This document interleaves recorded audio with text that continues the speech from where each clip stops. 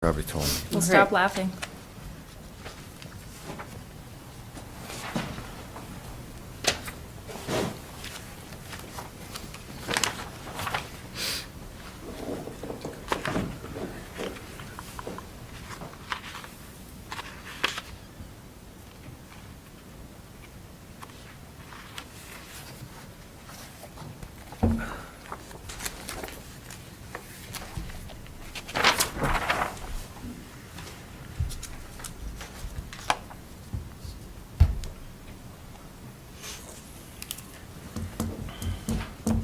Sure is quiet.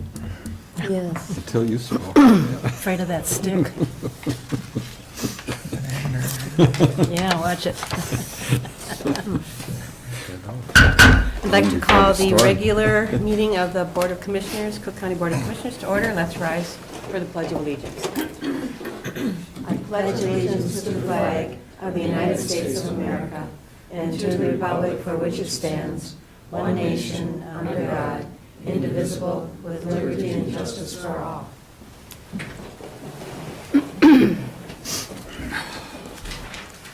Okay, are there any adjustments to the agenda? Hearing none, do I hear a motion to approve? So moved. Support. Thank you. All those in favor say aye. Aye. Aye. Aye. You got that. Thanks. Okay. It looks like we have some folks who would like to speak to public comment. So at this time, the public is welcome to address the county board on any matter of county concern. When invited to speak, please state your name, address, and the topic you are addressing. Members of the public may speak respectfully for up to 5 minutes, and the public comment period is limited to a total of 30 minutes. So at this time, are all three of you, so would you like to start? Sure. And so please just come to the table and write Bob, in. Oh, this oh, table. All the way up. Sorry. That's okay. Lots of money. We have one with a piece of paper that we'd like you to sign in on, and that's why we Right. asked you to come all the way up. Let me sign in. That'd be great.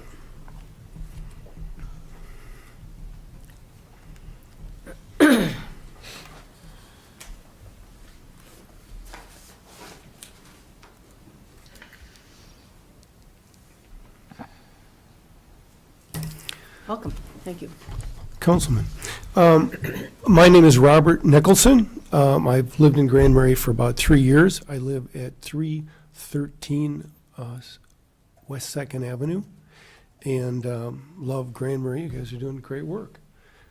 Came here really with a couple of thoughts in mind, but it was kind of superseded by something that I came across recently. And what I want to speak about is there's been some problem that's come to light recently, at least recently for us. My wife and I found out about this in the last week about bullying and racism, basically. And what I wanted to do is, I thought that with the time I have before you, the best thing I could do to be helpful for the community and helpful for everyone's children and grandchildren was make sure that everybody was aware of this document that I came upon on the web recently. I don't believe it's been in the paper yet. And the title is Zero Tolerance for Racism or Bullying. I'm not sure if you've all seen this yet or not. But it's a statement that I'd like to take 3 minutes and read. It's a very impactful statement. It came from a community leader, and I would say a community leader with great vision, ethics, morality, and leadership skills. And when I read this, I was tremendously impressed to know that we have a person of this quality in our county. This is from our sheriff. It was written on October 3rd, and I will go forward and read it. As a leader, a law enforcement professional, a parent, a coach, and a lifelong community member of Grand Marais, it is extremely disheartening to hear of recent incidents of racism and bullying occurring in our community. The Cook County Sheriff's Office has zero tolerance for bullying and or racism. I, along with our staff, believe wholeheartedly in the Sheriff's Office mission and vision statements. Mission: to serve and provide public safety with fairness and respect. Vision statement: providing equal enforcement and protection of the law without prejudice or favor, through excellence, professionalism, integrity, and timeliness. These are values and principles I expect from the rest of the community as well, including our young people. Never has racism been okay, but in this day and age, there is especially no place for it in society and certainly not in our community. Cook County is better than this.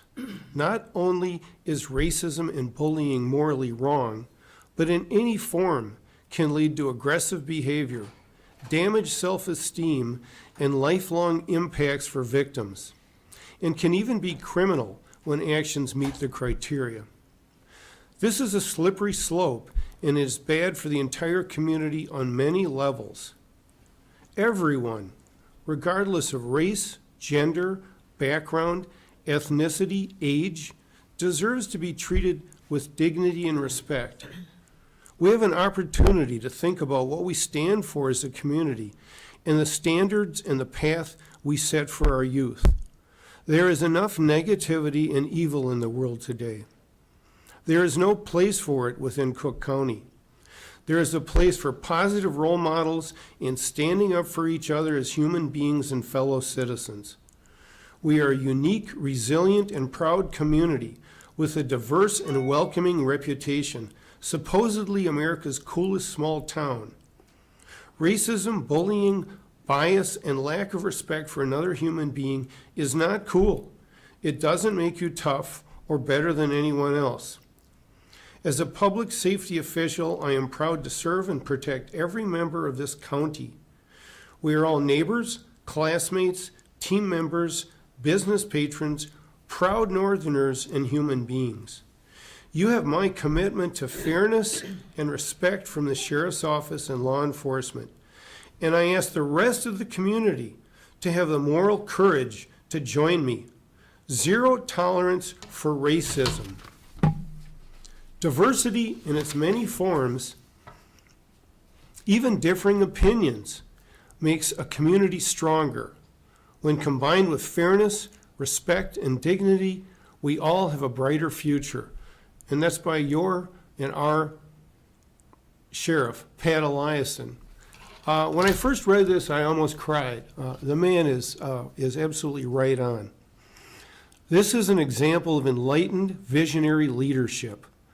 And I strongly urge each county commissioner to fully support and endorse this statement.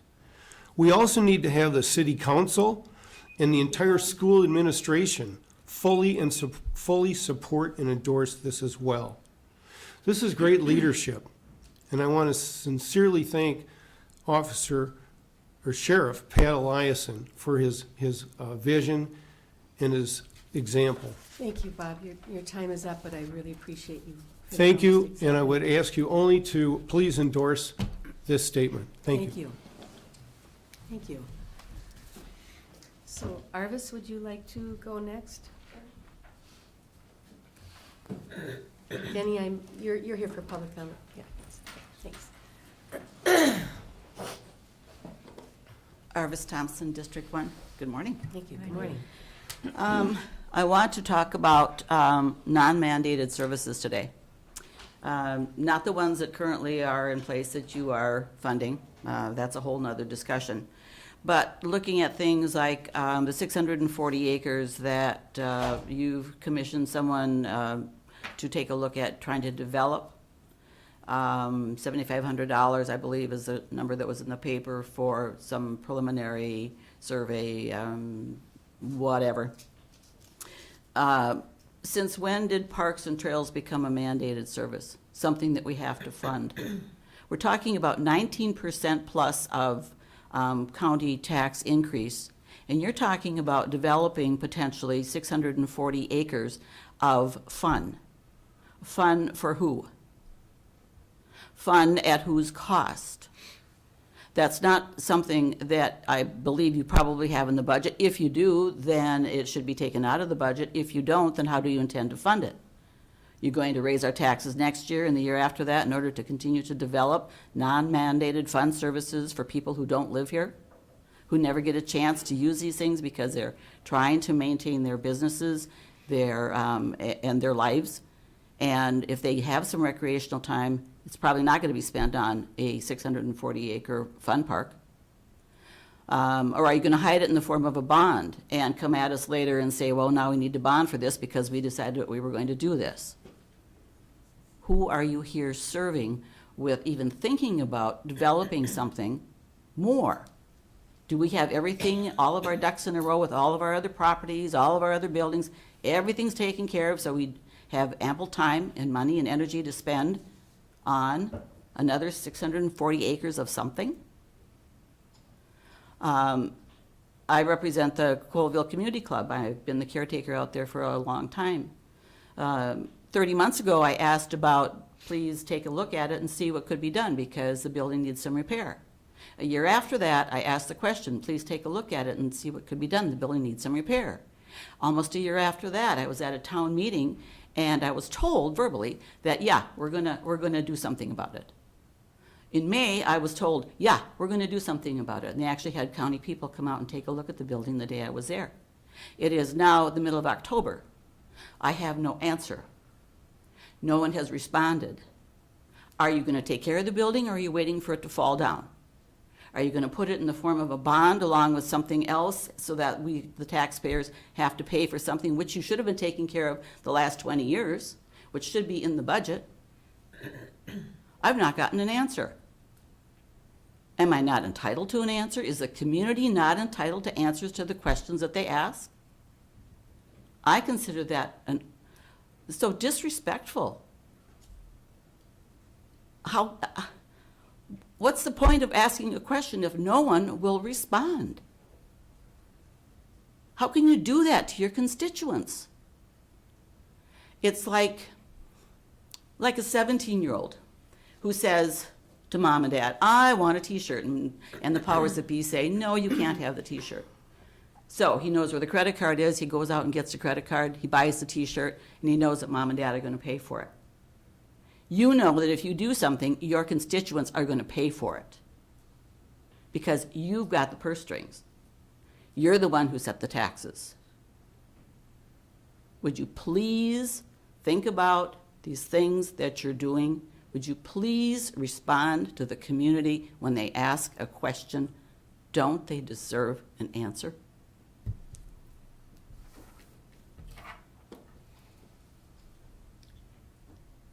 Thank you, Arvis. Thanks, Arvis.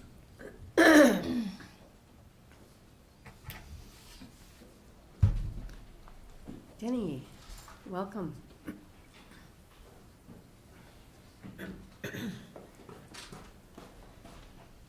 Good morning. Thanks for the opportunity to speak. My name is Denny Fitzpatrick, 210 Birch Drive. Yeah, if you could just I put it put there my too, name, that would be okay. great. Thanks. Fitzpatrick. I'm here for two reasons. The first one is to thank you, each and every one of you. With gratitude and appreciation, you show up and do the hard work day in and day out. It's a pretty thankless job at times. You get a lot of naysayers. And so, especially in the light of the so-called survey that came out from the paper, I decided it was time for me to do my semi-annual show up at the council meeting to say thank you for doing the work you do. I want our levy, I want to pay taxes because I want our county services, and this is our infrastructure, our quality of life, and the mandated, the non-mandated, the road grading, the snow plowing, the YMCA daycare center, the violence prevention center, the health and human services, the assessor, the planning and zoning, the courtroom. It's all our infrastructure and it's our quality of life, and I think we have a pretty good quality of life and we pay a relatively low tax, and I'm just very grateful and appreciative and admire the work you do. And so don't let the naysayers grind you down. Please keep doing what you're doing. And there are those of us out in the community. I'm sorry I don't come often enough to give you a pat on the back. I'd like to give you a muffin basket every day if I could. You really deserve it. Okay. That's number one. Number two is I come to ask you to act on the piggyback on what Bob Nicholson said, commending Pat Eliason for his words of leadership of this issue of racial harassment and hate speech in our community. The school event was a flashpoint for the community. It brought 150 people at our rally in Harbor Park. I'm part of Arrowhead Indivisible. There's 250 members now in our community in Arrowhead Indivisible. We had a rally, and this is an opportunity to find some strategies and solutions to help with the problem. Let me just recap these heartbreaking testimonials at the rally. There were students who spoke. One student attempted suicide 8 times because of bullying. Others were physically assaulted. The Grand Portage students for decades have put up with harassment. So this is chronic, pervasive, severe, persistent, not to mention Zoe, a bright, shining star that had to leave our community because for 2 years she would go home at night in tears. I don't want her tears to be in vain. She was called the N-word, a slut. It's just not acceptable, and we have to change this. And in the community at large, I remember 5 years ago I had a couple signs out on County Road 7, Obama signs. They got spray painted KKK. I kind of wrote it off. That's some deranged, maybe drunken dinosaur from the Civil War. But I see that there's a thread in the fabric of our American society and our own community that is so systemic. And I thought, well, at least the kids know better. Our students, we can outlive the dinosaurs, maybe our students, but I've seen now that it's being passed on. We have to do something that the goal is dignity and respect and kindness for every person and a safe environment physically and emotionally for every person. So I ask you to please come up with some kind of action, be it individual or as a group. At least what Bob's recommendation was great to support what Pat Eliason said. Perhaps you can come up with some more creative strategies and solutions. I don't have all the solutions. It's a problem, a big problem, but we're going to try to work toward it to fight bigotry, combat the hate speech, promote justice and equality in our community. Maybe you could ask every business owner to put a little sign in the window that says, "All are welcome here," or write your own letter, or creatively come up with some joint plan to address it. But there's a flashpoint now. Hope we can move forward with some strategies and solutions. Thank you all so very much. Thank you. Thank you.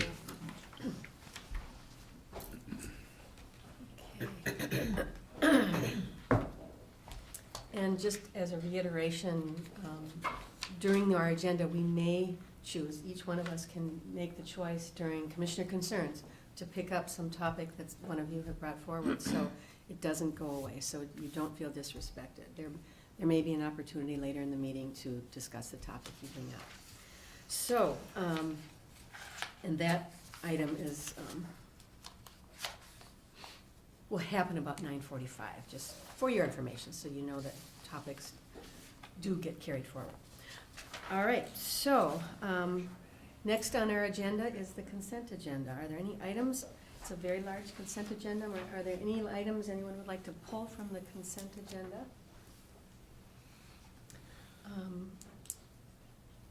I like to pull the ones that are about hiring.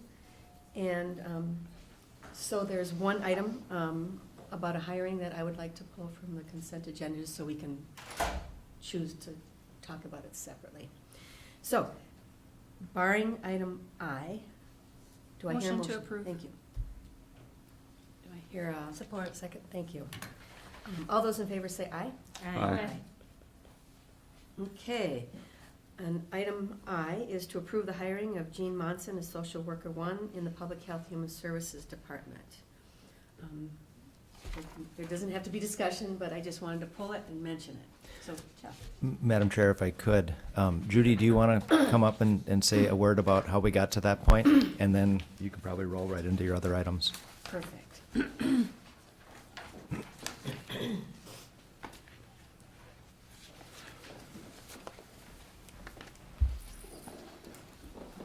Morning. Morning. Morning. So the item I approve the hiring of Jean Munson as a social worker 1. That I considered a consent item. That position had been posted, approved for hiring. And we interviewed candidates for social worker 1 position. We interviewed for a 30-hour position and a 40-hour position.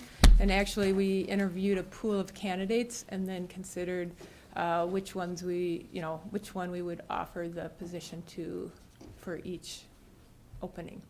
And I think last week I was here, or the week before I was here, and we asked for consent for the hiring of Anita Jazia. And this week we're asking for the approval of the hiring of Jean Munson for the other position of social worker 1. Thank you. Motion to approve. Thank you. Support. Thank you. All those in favor, say aye. Aye. Thank you. Thank you. And then the next item is to approve the posting of the Social Services Financial Assistant Supervisor. This is a vacancy that was created when Allison McIntyre moved up to the director position of Public Health and Human Services. And so now her position is vacant, and we would like to post it internally. We feel like we have a good number of candidates internally, and the advantage of posting it internally is we think they have the experience and they understand how the department works. That's why we feel it'd be an advantage internally, as well as it would be a little quicker to fill. We do believe that we have a good number of candidates internally that would apply. Great, thank you. We'll do our usual thing, but Commissioner Bershine, did you have something out of that? Well, yes, Out of our I loop. have a question. So I have interest in, the flow chart of hierarchies of departments. So where is this, if you could explain it to me in some kind of parameters or something, where is this position in the hierarchy of that department? This is in the supervisor level. There are 4 supervisors in the Public Health and Human Okay. Services. 2 of the supervisors, I'm going to kind of say they're over on this side, they mostly supervise social workers, and Okay. then 2 of the supervisors are kind of on this side. Okay, I mean, with the and- finances? Yes, Okay. and this would be the financial services supervisor, mostly supervises staff that are eligibility specialists. Okay. And we feel that those staff that she supervised as eligibility specialists, most of those staff would be qualified to move up to that position. Okay. Good, thank you. I understand. Commissioner Deschamps, do you have anything you'd like to ask or add about that issue? Is this a new job? or- No, this is the vacancy filled when Allison McIntyre moved up to the director position. Commissioner Dickert? No questions. Commissioner Sterling? Thank you. So the position here, will there be somebody then in the next realm as we move down the line? Are we going to keep going along? That is the unfortunate part, is, yes, somebody down the line. I mean, there will be another opening. I'll probably be back here in a few more weeks with Okay. another opening from somebody down the line. We just feel that by posting internally, we have good qualified candidates to move up. And then down the line, we'd go external to bring somebody else in. Okay. Well, I'm very pleased that you're looking within, like you say, there's qualified people there, and then this is already part of the budget, so there's no new budgeting involved with this. So good. Great. Would someone like to make the motion? So moved. Thank you. Support. Thank you. Those in favor say aye. Aye. Aye. Thank you. Thank you. Your next And item. then the next item is a project from the Safety and Wellness Group. We have an employee safety and wellness group that looks at ways to improve employee health and wellness in all areas. You know, we've promoted blood sugar screening, blood pressure testing. We also kind of kicked around the idea of having an after-work exercise class, and that's what this request is about. We'd like to have a once-a-week free after-work exercise class, voluntary, for staff members. It most likely would be in this room, but if this room wasn't available, it would be down in the break room. And it would, because it's free, we probably would be using DVDs or streaming videos. There are several websites that we can stream yoga videos. We'd start with yoga because it's fairly safe. You know, it's challenging, but we're not at risk of injury as much as maybe some high-intensity type of workouts. We came up with actually I consulted with MCIT, who was our insurer, and they suggested we come up with a form, like a release that the staff members sign. I think that's in your packet as well. And the release basically states that they understand that they're not required to participate, and that it's not covered by the county's workers' compensation insurance coverage, and also that they are responsible for providing and maintaining their own equipment, and they have no medical condition that precludes them from participating. And so we'll be keeping these, so before anyone can participate, they sign this. I'll be keeping these on file, and so anytime we have a new member, welcome, but at the same time, you know, please sign this before you start. And like I said, this will be most likely all the time yoga, and that would be then staff members would just bring a yoga mat and whatever workout wear they use. Great. Thank you. Commissioner Sterling, any questions or comments? Oh, my comment is great. There's also a website, if you want to look at, called Bone Builders. Okay. And that's for, also for our stamina, for our balance, and so forth. And they have a good ongoing website we're doing it in the West End at Birch Grove. That's done by a couple of people who's directing it, but you can also get it online. So great. Glad you're starting something. Commissioner Kurt. It's been a long time coming. We always do safety first, and so we've been talking, and how do we do this without anyone getting injured and without affecting insurance and all the crazy stuff that comes up. And we have staff that walk together, go to the Y together, but for this, it's easy for a staff member to come down at the end of their day, get right into it, still be able to get to daycare or whatever by 5 o'clock and not have to miss out on time running in between. So it's been a very long process, and I'm glad we're finally there and jump through all the hoops to get it done. And it's not only for your health, but it's also for your mental health, also getting together with staff and doing things in a group. So I'm super excited. Commissioner Bershine has been handed the talking stick. Thank you, Commissioner Curry. I'd like to commend you for doing this. About 20 years ago, I was on a steering committee where we had about 3,000 employees, and we did a lot of research on the benefits of exercise and working together and so forth. And we went so far as encouraging our employees, which primarily were teachers, on their scheduled breaks, if that was, you know, their free time, they could exercise. We opened up our pools. We had walking clubs. Yoga wasn't popular at that time, but some people were doing meditations.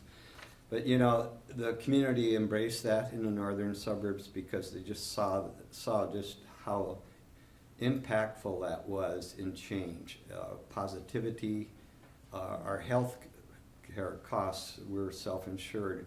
we monitored all those things. We had indicators of evaluation when we went through that process. And within 5 years, our health costs just went down remarkably. And so I think this is a good start, and commend those people that want to do this and improve themselves. But we benefit from it as the employer as well, because we're going to get better service and more qualified people, I think. And the research is very clear on that. So I would like to say to those that, oh, you shouldn't be doing this, you know, well, there's really good research behind it. And it's, just want to commend you again for getting it going. Commissioner Deschamps. Yeah, I think it's a pretty good thing for the employees, but I don't understand why it needs action from the county board on it. Because we have a form. Part of the recommendation from MCIT was to get authority from the board to use this room for an activity, and that we're okay with having our staff do this in our building after hours, that's why. Just covering all our bases. And I just wanted to say, I commend you also for this work. It's really good work on many levels, as Commissioner Bershine stated. But I also like the idea of some physical movement happening in this room. I think it'll be really good for all the meetings that we hold, that the energy will be moved around in this room, I think. So there's no downside to this. It's all good. So do I hear a motion to approve this request? So moved. So Thank you. You seconding then? I'll second. Okay. Do you guys want to fight over it? So fast. Okay. All those in favor say aye. Aye. All right. Thank you, Judy. All right, thank you. So Brady. Madam Chair, this is a request from Grand Portage to purchase tax forfeited property. In this case, a little different from some tax forfeit sales. In general, they have to go out for auction or sealed bids or that sort of thing. But this is an unbuildable parcel, and so it can be sold to the adjacent landowner. In this case, there is only one adjacent landowner, which is the Grand Portage Tribal Reservation. This potentially could have been done without even coming to the board. We have made some of these sales, but in this case, we decided there are going to be more of these. I bring this forward just to get you familiar with the process. And there is one part of this that I just wanted to bring to your attention. In the memo on the back, when there are sales such as this, the county board can require special conditions to be imposed on sales, such as limiting the use of the land, limiting the amount of public money spent for the benefit of the land, safeguarding against the sale, somehow burdening the public treasury. Now, that may have some purpose in some other sales, but just to give you that background, that this is the kind of information that's in the statute. But does not appear to be any reason to impose special conditions on this sale. Actually, 5/6 of it is already owned by the reservation. They attempted to buy the whole property, but one party did not wish to sell, but then lost it eventually through forfeiture. And so now they'd like to make that parcel whole as one sale. And in talking to the county attorney, we could waive some of these procedures, I think, with one owner, but she'd like us to walk through the process. So I'd like you to authorize the notice going out for 30 days, and then we'll come back. If there were multiple adjacent owners, this is how you would do it. And so we'll put out a notice for 30 days, send the notice directly to Grand Portage, and then come back at a later meeting and effect the sale. Also, usually it's sold at the price valued by the assessor, but you can sell it for less than that. And in this case, since it will go to making it a useful property, we could sell it for as little as $1. So I would suggest that price, and then have the approval to send it out for the 30-day notice and come back later. Thank you. And Lisa is gone today. She could not be here, so. Okay. Oh, well, thank you for bringing that forward. Commissioner Deschamps, do you have some questions? I talked to comments? April yesterday. I think once this piece is whole, it'll be going into Grand Portage Trust land. And I believe this is out on Half Point, so it is unbuildable. Yeah, I think we're just trying to, the band's mission is to obtain all our land back that we lost over the years. So we own a pretty good portion of it now, so. Okay. Thank you. Commissioner Bershon? Well, I think it's good that we do this, and definitely support, you know, whatever we can do to help the reservation get some of that land back. Great. Commissioner DeKirk? So about a year ago, the EDA bought an unbuildable piece of land, and I think the EDA paid the assessor price on it. I suppose you don't have that off the top of your head. I don't. I just wanna make sure that it's a fair across the board, since we just did this a year ago. Madam Chair and Commissioners, I believe that piece, that parcel was in the city of Grand Marais related to the building project in Grand Marais. And the sliver that was purchased to become part of a buildable Right. property. So it was unbuildable in its existing condition, but together it became useful and it was necessary for the other thing. So I think the two examples are A little not, different. are different. So we could make in this motion that when this piece is connected to the rest of their land, even though you say you won't build on it, that could be part of the condition, that it wouldn't be a buildable lot. That would make it different. I mean, if you combine them now, that might make the whole parcel buildable, which when it goes into trust, they don't build it, they just maintain it. Commissioner Bershon? I would just like to comment that respectfully to Commissioner Dukirk, that I think we should take these case by case, because each one's unique. I know we just, you know, the EDA sold one for $1. And so I think we should, you know, take each of these by case rather than have a blanket policy. Okay. Commissioner Storley, comments or questions? It's less than 2 acres, looks like 1.67 acres, and it's not, it's unbuildable, so it must be just a little, like what area, where is it up there? I believe it's out on Half Point. Okay, so it is part of it on the lake? I don't think. Okay, okay. And to post it 30 days, does that go out to people who live around that area? It goes to the adjacent landowners, and there's only one, Oh, okay, the tribe, so okay. it'll be, it's kind of a moot point, but we're just gonna follow the process. Well, it's courtesy. Yeah. Yeah, okay, thank you. Great, thank you. Now that we've all commented and questions are asked, do I hear a motion to accept this? So move. Thank you. Do I hear a second? Thank you. Are there any opposed to this request? All those in favor say aye. Aye.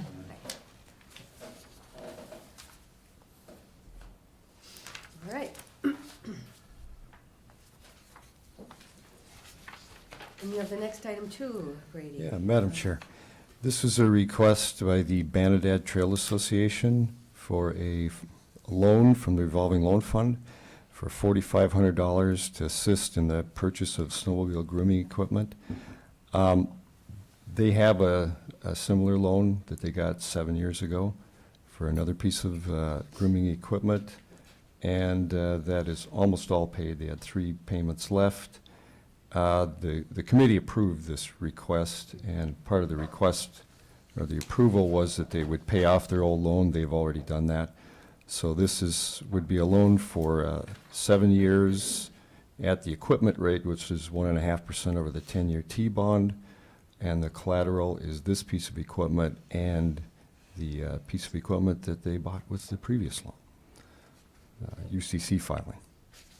Great, thank you. Commissioner Starley, any questions or comments? I do not at this time. Okay, Commissioner Dooker. No questions. Commissioner Bershheim. I support, I was on that committee, and it's a good investment. Thank you. Commissioner Deschamps.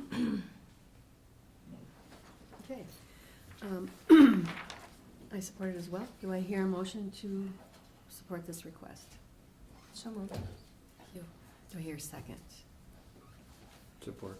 Thanks. All those in favor say aye. All right. All right. So now we get into our discussion about the bonding list. Thank you, Madam Chair, Commissioners. I'm not asking for any action on this item today. If you look at the first page, you should see a fairly familiar list. Some of the numbers have changed. And I just want to review page 2. Brady and I had a phone call with Bruce Kimmel and Chris Mickelson from Ellers yesterday to talk about the timeline for authorizing bonds to pay for whichever of these things make it through the process over the next few weeks in gaining board support. So next week, I would propose that we discuss this list in detail at the Committee of the Whole, that on the 24th, we have a resolution, or that we approve a public notice of the intent to issue bonds for these specific purposes. And that on November 14th, we hold a public hearing as required to issue the intent to sell bonds. You'll notice if you get all the way down to the bottom of this, that we wouldn't be issuing bonds in 2017. We'd actually be doing this in 2018. And Auditor Treasurer Powers has said that we're taking a look at the expenses we've incurred this year, some of which we can go back and pay from the proceeds, some of which we would just, are transportation sales tax related, so some of those we could pay out of this year's current proceeds from transportation sales tax. So the process and the means and the statutory requirements for 14 days notice really say, in order to do a good job on this and walk through the process diligently, that we issue in January, and we didn't feel that that was going to be an issue. So in all honesty, I'm not asking for any further discussion. All of the background material is in here, and it'll be on the agenda for our Committee of the Whole next week.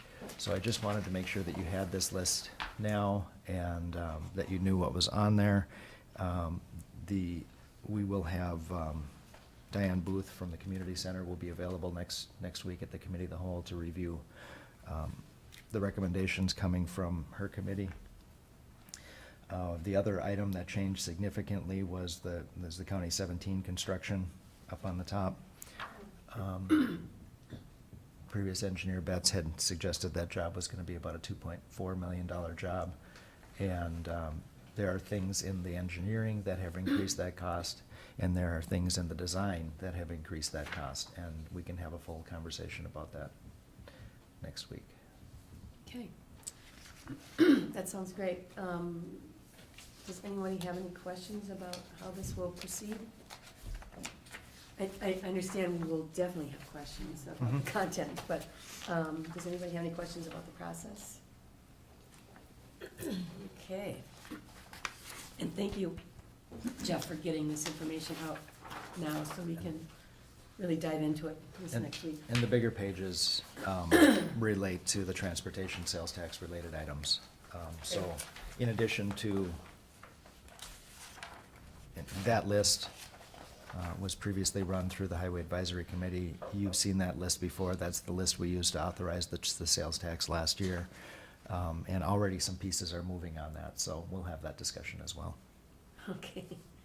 Moving. So, okay.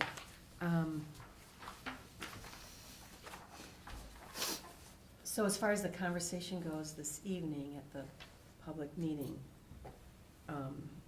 the public meeting tonight, we'll talk about that later, but is totally focused on 42 through 45. We're not Correct. talking about the whole transportation plan. Correct, no, just that's very specific. Great. I'll mention that in my update in just a minute. Okay, thanks. Okay, So item B, we do need to take action on, and there are two items in front of you. One of them is the renewal from the Northeast Service Cooperative for our healthcare plan. And let me give you an update of the process we went through to get to this point this year. We did work with the AT group to solicit outside bids for our healthcare plan. And we got one bid from the Public Employees Insurance Pool, PEEP, as they're known. And it was for a lesser plan for a higher cost than what we got from the Northeast Service Cooperative for the current plan that we have. Medica and Health Partners were the two primary insurers, large pool insurers, that declined to give us a bid this year. And that's largely related to a look back on our usage over the last couple of years. This renewal from Northeast Service Cooperative and Blue Cross Blue Shield, our recommendation is that we renew the current plan that we have because, partly because of the large increase that we had last year and partly because of the better performance of the local government pool as a whole through the Northeast Service Cooperative. The rate of increase for this year is the 5.1% that I know that we've discussed at previous meetings.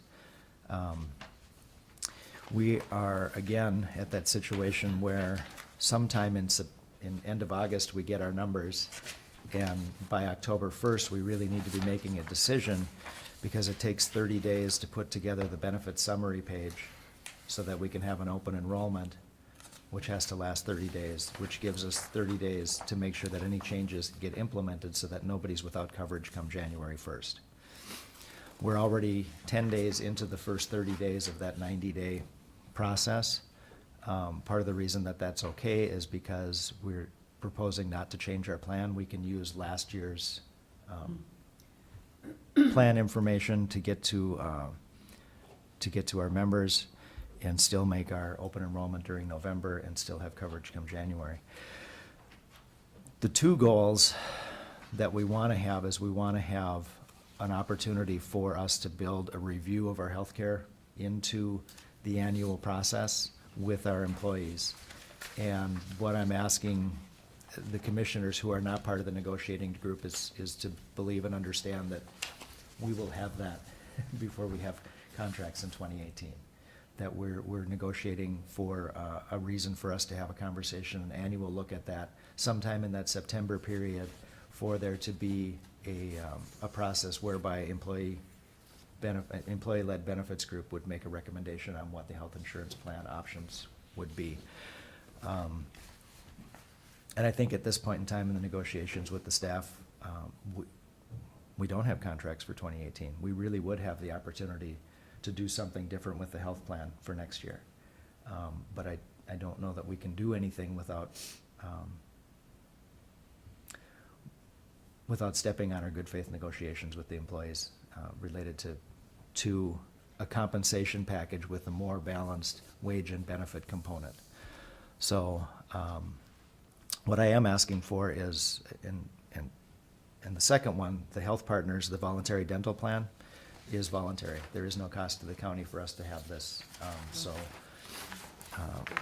We can do it as one motion, we can do it as two motions, but what I am asking for is the authority to sign on the healthcare renewal with Blue Cross Blue Shield for the current health plan for 2018, and know that we still have negotiations that will get us to the point of having an opportunity to have this conversation about benefits and the cost of benefits annually with our staff. great, thank you. I know there are questions about that. Is there still any questions, comments? Well, so this is voluntary, we do this whether we want it or not. I think there's something you have to sign up by January 1st. And then it goes into effect? Yeah, thank you for the question, Commissioner. The voluntary dental plan will be part of the open enrollment period, as will, so we've got the standard life insurance policy that everybody gets by being an employee, and then there's the optional life insurance that people can buy. And it's, the changes in insurance benefits can be done during an open enrollment period, that 30-day window. You will all get notice about that open enrollment window, and the employees will get notice about that. And then the other time people can make changes is if they have certain qualifying conditions. They get married, they get divorced, they have a child, you know, changes to the family structure, or other times that something like this can happen. But typically with this voluntary dental plan, yes, to enroll for 2018, one would have to do it during the open enrollment period. And if you look on page 2 of that voluntary dental plan, you'll see that the rates have changed very, very slightly from 2017 to 2018. Okay. Great. Okay. Commissioner Dukirk. No questions. Commissioner Bershine? No questions? Commissioner Deschamps? No. Okay, so the only question I have is, right now, we are acting on designating an option, so allowing the process to take place, including the health partners. Well, the health partners, you said, is a separate, I'm just wondering how the motion should be made. So related, thank you, Madam Chair. So related to the renewal of the health benefits, what I would ask is a motion authorizing the renewal of Plan 1, VIBA 831 for 2018. Okay, And the Health Partners Dental. it could be done at And you once. could do it at the same time, in the Health Partners Dental proposal. I'll make that motion for both. Okay, thank you. Anyone like to second that? Support? Okay, thank you. Are there any people opposed? All those in favor say aye. Aye. Aye. Great, thank you. All right. Thank you, Madam Chair. Then just a quick update, Yes. and I'll answer questions about other items that you may have. The first item is tonight's open house related to the County 40. The designation of it 42 to 45 has been a misnomer. Some people have missed the fact that that includes 43 and 44 as well. So I'm learning I have to spell that out. So the design, the engineering design of 42, 43, 44, and 45 was awarded to LHB, and they will be here tonight with an open house. And when they were issued that, when they were bid that, when they bid on that project, they were given a scope by Engineer Betts. And one of the things that I asked them to do is to be open about what the actual scope is. So I'm really hoping that we have a good public process tonight, that we get some really good comments from people, because it's up in the air. And one of the significant advantages of this County 45 project is County 45 is outside of our CASA roads, right? It's too high to be a CASA road, meaning this is gonna be funded through our transportation sales tax. It's gonna be self-funded. So we have a lot more latitude on the design of this road than we do a road where we're using state or federal funds. Okay. So that's an important piece, and I hope that we made that clear in our conversations. I hope they make that clear in our conversations tonight. The right-of-way contractor is going to be there as well tonight, mostly to listen, mostly to observe, and then hopefully if, I know individuals have contacted the highway department, they've contacted me, they've been, when are we going to get some information, and this is the first opportunity. There will be several public input processes on this design, and if you remember the proposed capital plan, construction of this is a few years down the road. So I hope we get some good participation tonight. Joe at WTIP asked me to come in and summarize the results of tonight's meeting on the radio later this week, and I contacted LHB and I said, when will you have a summary? Yeah. And he said, I can get it to you Wednesday. So Thursday morning, we'll be continuing this conversation relating to what we learned at the meeting tonight. So I hope everybody can be there. I hope everybody in the public can be there who has an opinion, who's expressed an opinion, because this really is going to be an important meeting. So 5 o'clock to 7 o'clock we're planning on a 20 to 30-minute presentation and then an open house with lots of time for questions. That's very informative to have the whole meeting laid out. And it's been advertised, obviously it's been spoken about on WTIP, and there's something in the paper. Mhm. So the notice has been well laid. I hope so. We tried to get the notice out there. Yeah. Um, Great, thank you. The next item that I'd like to give you an update on is the jail RFP. The deadline for that was this past Friday. We received 5 proposals. We'll review those proposals first at the Public Safety and Transportation Committee meeting on Wednesday morning. And then a few weeks ago, we designated a committee to review those proposals. And we scheduled a meeting for the morning of October 31st. It's the 5th Tuesday of the month, so it's a free Tuesday as far as scheduling goes. And the bid process said that we would award the bid, I believe, by November 4th or November 5th. So in all honesty, at this point in time, the Sheriff's Department has the autonomy to just review and request and approve a bid that they find fits in within their existing budget. And you'll remember that Sheriff Eliason made room in his budget to accommodate what he anticipates the cost of this project is gonna be. So what we will probably do is have to award that bid and then come to you with information in the first meeting in November and tell you if we did, and if we did, to whom, and what the rest of the schedule is for that process. Sheriff Eliason and I yesterday sat down and opened all of the bids, and we just opened them to confirm that they were complete, that they met the guidelines, and that there were 5.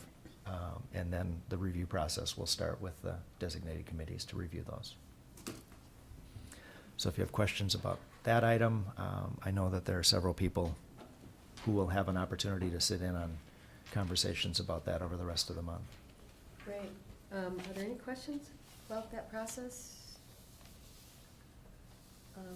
And so, for those who maybe don't have an opportunity to sit on that process, they can talk to you and attend. Yeah, absolutely. If you have questions about the process, both Sheriff Eliason and myself would be happy to update people individually. And if we have an update, we might even give that at Committee of the Whole next week. I don't know that we will, because it's before the review committee meets, but if we do have any information, we'll continue to keep you in the loop. That's the beauty of the Committee of the Whole, yes. My question is, when we get these 5 proposals, the idea, I thought, was to compare it to what we already have, and to decide if what we have is gonna fit now versus where we wanna go in the future. Is that right? That's correct, Commissioner. And the proposals are about the study design, not necessarily about the outcomes that we think that they're gonna get. So we're reviewing proposals on their merits based on how well, to this point, they've done their homework. One company actually flew their employees in to have a tour and a review and a meeting with Sheriff Eliason and some of his staff, so that they could do a good job, do due diligence in planning the proposal. So right now, the proposal is about the study design and the comprehensiveness of the study design, because we really want to make sure that whatever recommendation they make related to facilities is based on good process. And we've done everything we can not to influence because we don't honestly know. We want to make sure that their process includes getting good data, reviewing the region and the market, and make sure that we're going to get a good recommendation from them. And as I've said before, the recommendations, I believe, could be anything from a coat of paint to a new justice center. And there's a lot of room in between. So the difficult thing is reviewing these proposals to test their process and see which process we believe fits best with our expectations of what that would look like. Thank you. Great. And then the last item I would give an update on is, I'm anticipating that next week's Committee of the Whole, we're gonna be reviewing this bonding list. We'll be reviewing all of those numbers. If you have questions between now and then, if there's something that's not in this packet that you'd like to see, please let me know beforehand so I can get that together. It's that time of the year where the AMC District 1 meeting is Thursday, and unfortunately, I'm not going to be able to go this week now because we've got a couple of meetings. Who was planning on going? Okay, so we do have 2 representatives going, so I think that would be fine. One of the things that they'll be doing at that, and what I'll want, I've asked Matt to send me the information they hand out there, is then at some point over the next 2 months, we're going to be talking about the AMC legislative priorities, and then we're going to want to talk about the Cook County priorities from within that list, or if there's anything not on that list. So legislative priorities would be a conversation at next week's committee of the whole, and hopefully before the end of the year, we would come up with a list of our legislative priorities that we would share with our state representatives. And then the last thing that I have, this Courthouse Security Committee has a policy recommendation for us to take a look at that I'll be bringing next week. So you should be seeing that agenda coming out on Thursday. If there's anything else that you'd like to see on that agenda, please let me know before the end of the day tomorrow so we can get it on the agenda. A list of our town halls. Can I add that to material related to the bonding? Yeah, okay. I know that Brian might have a list of what is needed for those facilities. I have the list. Okay, just so we can take a look at it. I know that we talked about Mhm. it a couple meetings ago, and I wasn't kidding when I said sell them.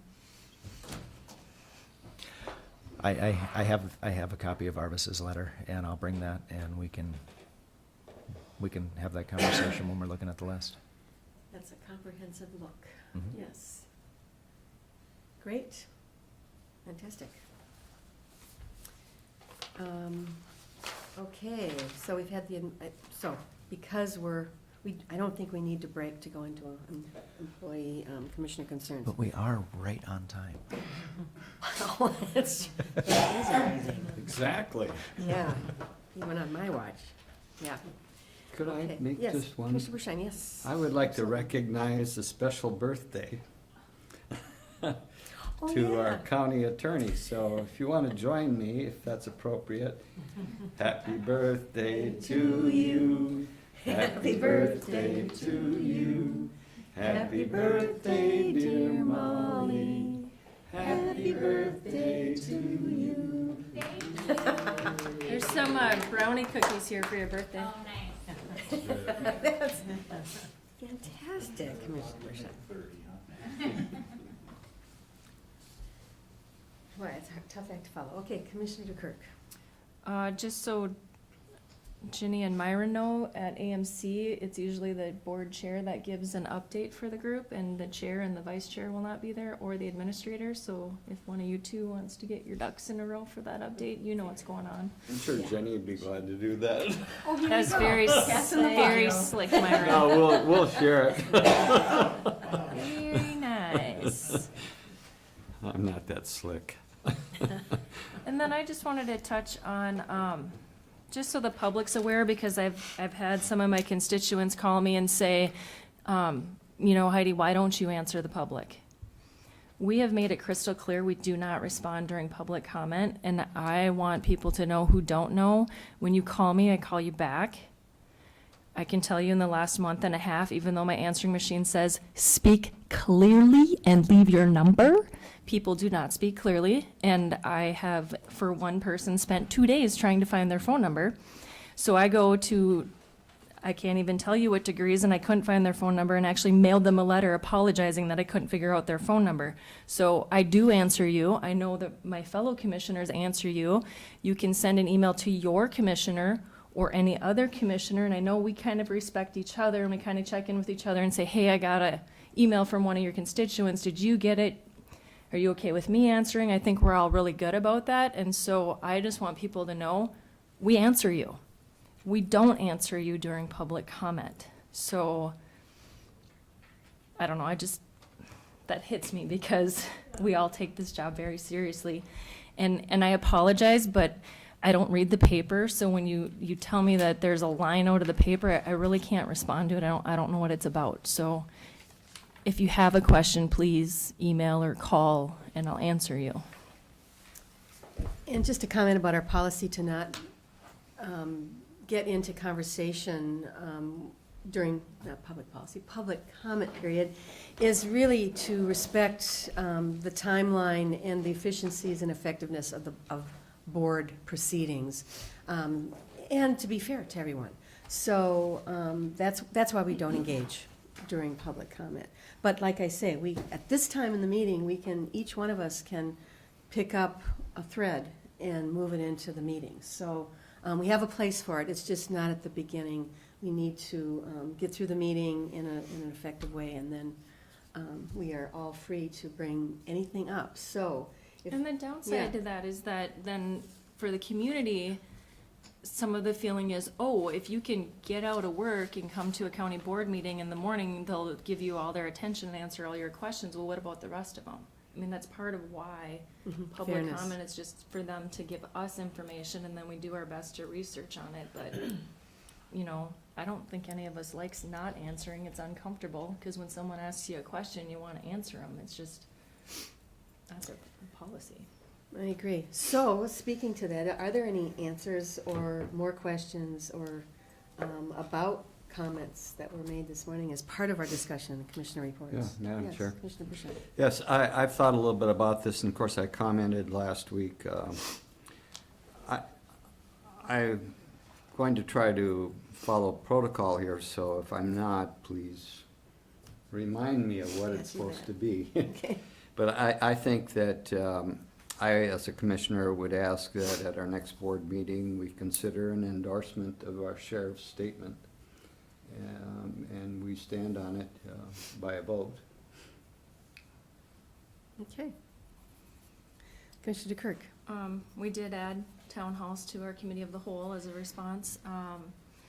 And I just kind of like to respond to why we haven't repaired those buildings. When you look at the list we have here on what we might need to bond for, this courthouse roof and windows, I believe since the day I started, I've been asked to put it in the budget to fix those, and we haven't put it in the budget, so that's why our town halls aren't getting fixed either. LEC windows has been a couple of years.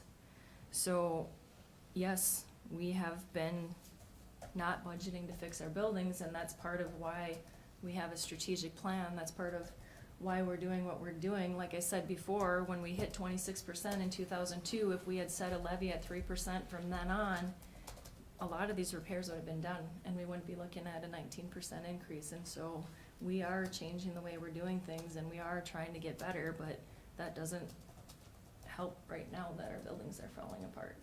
You But it know, will. I had But it will. I had a call, and someone said that they thought we were driving a Mercedes on a Chevy budget. And I said, did you look at the floor when you walked in the courthouse? Because the tiles are cracked and popping out, and there's cracks in the walls and the windows. We have a sticker on the window that says don't touch. So, I know that there's some clunky Mercedes, but we're definitely not driving a Mercedes. What we are doing is addressing these things responsibly, and that's one of our goals this year has been to come up with a long-range plan, which is why we hired Ellers to give us the tool, to provide us this excellent tool.